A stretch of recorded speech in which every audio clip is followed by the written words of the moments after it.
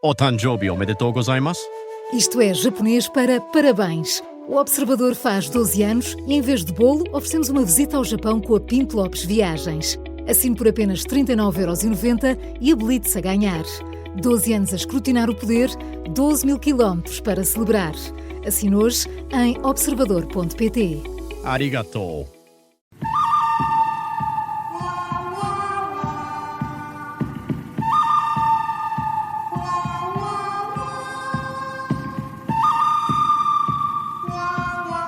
Começa agora uma nova edição do Bom, Mau e o Vilão da Rádio Observador. Olá, Miguel Pinheiro, bom dia. Bom dia, bom dia. Miguel, o teu bom é André Ventura. De facto, André Ventura ontem teve um dia com tudo aquilo com que sempre sonhou. Primeiro encontrou Passos Coelho no lançamento de um livro, depois Passos Coelho cumprimentou calorosamente, fazendo conversa com ele em frente às câmaras e aos microfones dos jornalistas. A seguir, Passos foi concordando genericamente com o que André Ventura lhe ia dizendo, repetindo que este governo precisa de mais ritmo porque os eleitores estão a ficar impacientes. Há ali um momento em que Passos diz, eu não diria tanto, enfim, mas basicamente estão ali de acordo.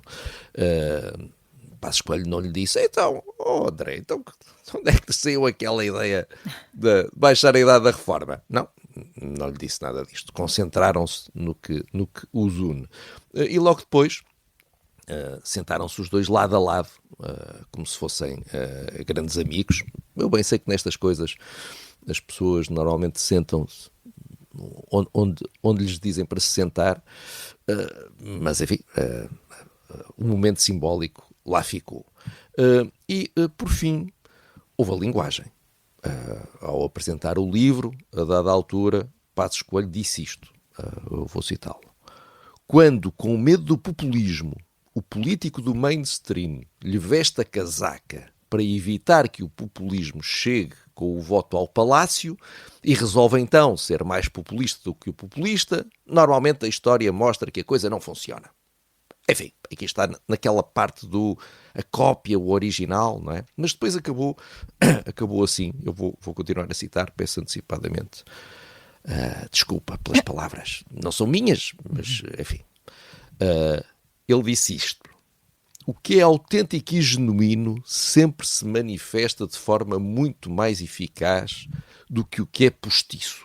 E então, o postiço fica sem nada. Fica sem integridade. Fica como um prostituto sem caráter, sem reduto de pensamento. Ora, Passos seguramente não ignora, lá está, mais uma vez, que esta é uma crítica normalmente feita a Luís Montenegro, esta questão da cópia, ele estar a copiar André Ventura e esquecer que normalmente as pessoas preferem o original à cópia. Portanto, a ideia, ele sabe que costuma ser atirada a Luís Montenegro, e depois há aquela palavra. E a palavra fez-me lembrar uma outra frase polémica, essa de André Ventura, que na altura provocou grande indignação de Luís Montenegro.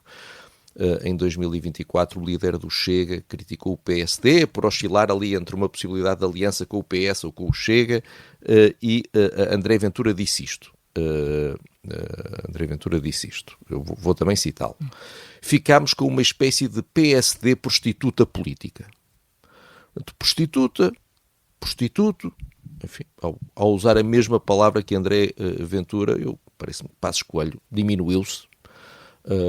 Não me parece que os eleitores do PSD adorem isto, mas André Ventura adorou de certeza.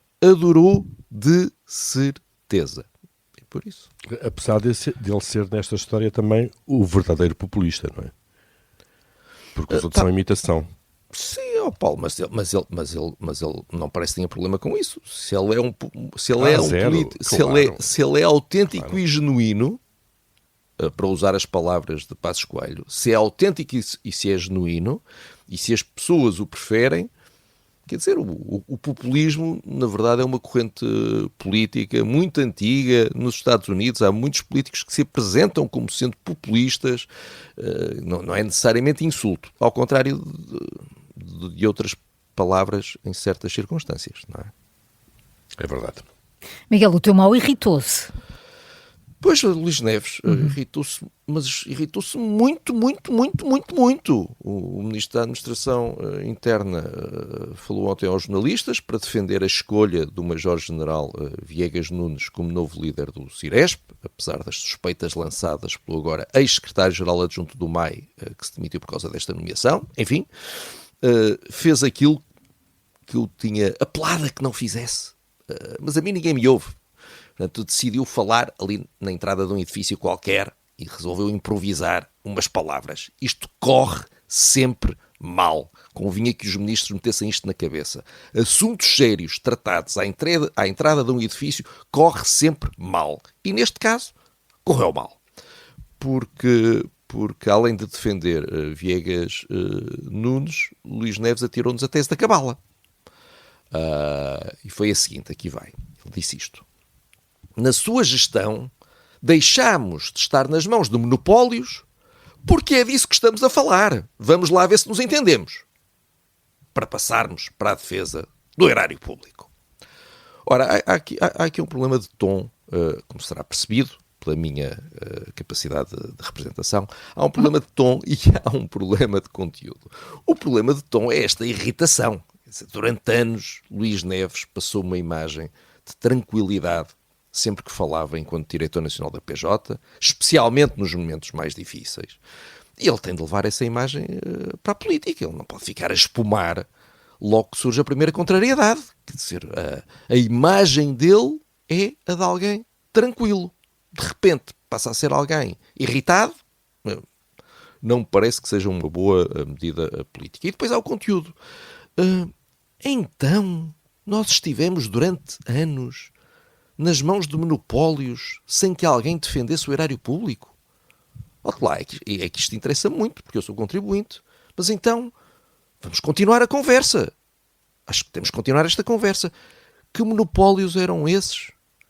Quem os protegia?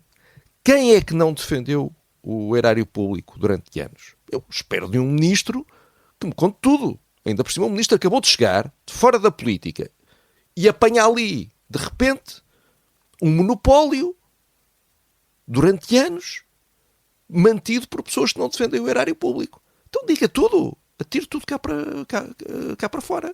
Diga-nos nomes, diga-nos o que é que se passou. Lá está, não sei mais uma vez quem tem razão nesta polémica de Viegas Nunes, mas eu quero saber quem é que andou anos a gerir mal o meu dinheiro e quem é que andou a receber o meu dinheiro quando não devia. E por isso, acho que Luís Neves deve contar tudo. Deve contar tudo, conte tudo. Agora, isto assim é que não. Irritações com suspeições é que não. Nós sabemos que o Ciresp já foi muito escrutinado, já saiu muita coisa sobre o Ciresp, mas vamos então começar aqui do zero. Vamos lá contar a história desde o início e Luís Neves que nos ilumine. Sobretudo que não perca a cabeça, não é? Porque isto é o pão nosso de cada dia, do Ministro da Administração Interna, portanto, pois é. Era bom que ele viesse com aquela capacidade de contenção das palavras que teve na PJ durante muito tempo.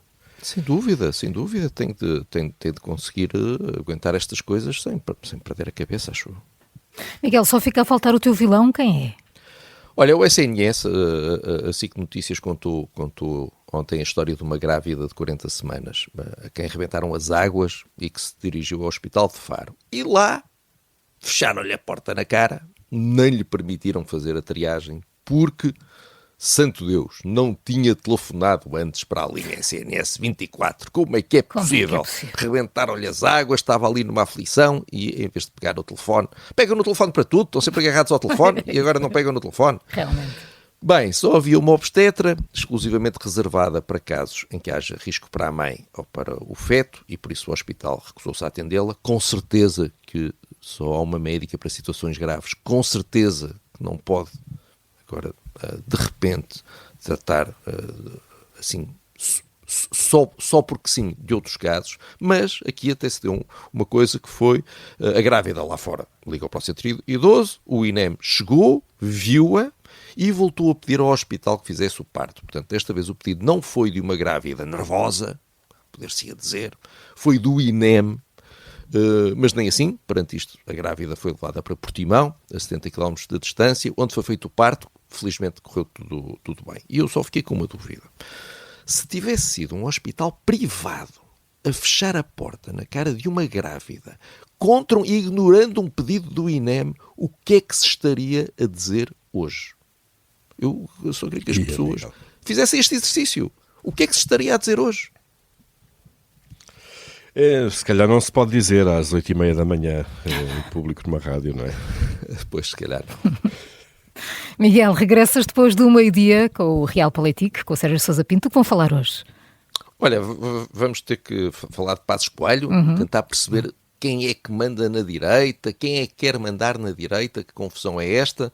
Também vamos conversar um bocadinho sobre a polémica no Ciresp, a grande polémica da semana, e ainda fez agora um ano de papado de Leão XIV, a esta nova encíclica. Vamos conversar um bocadinho sobre isso.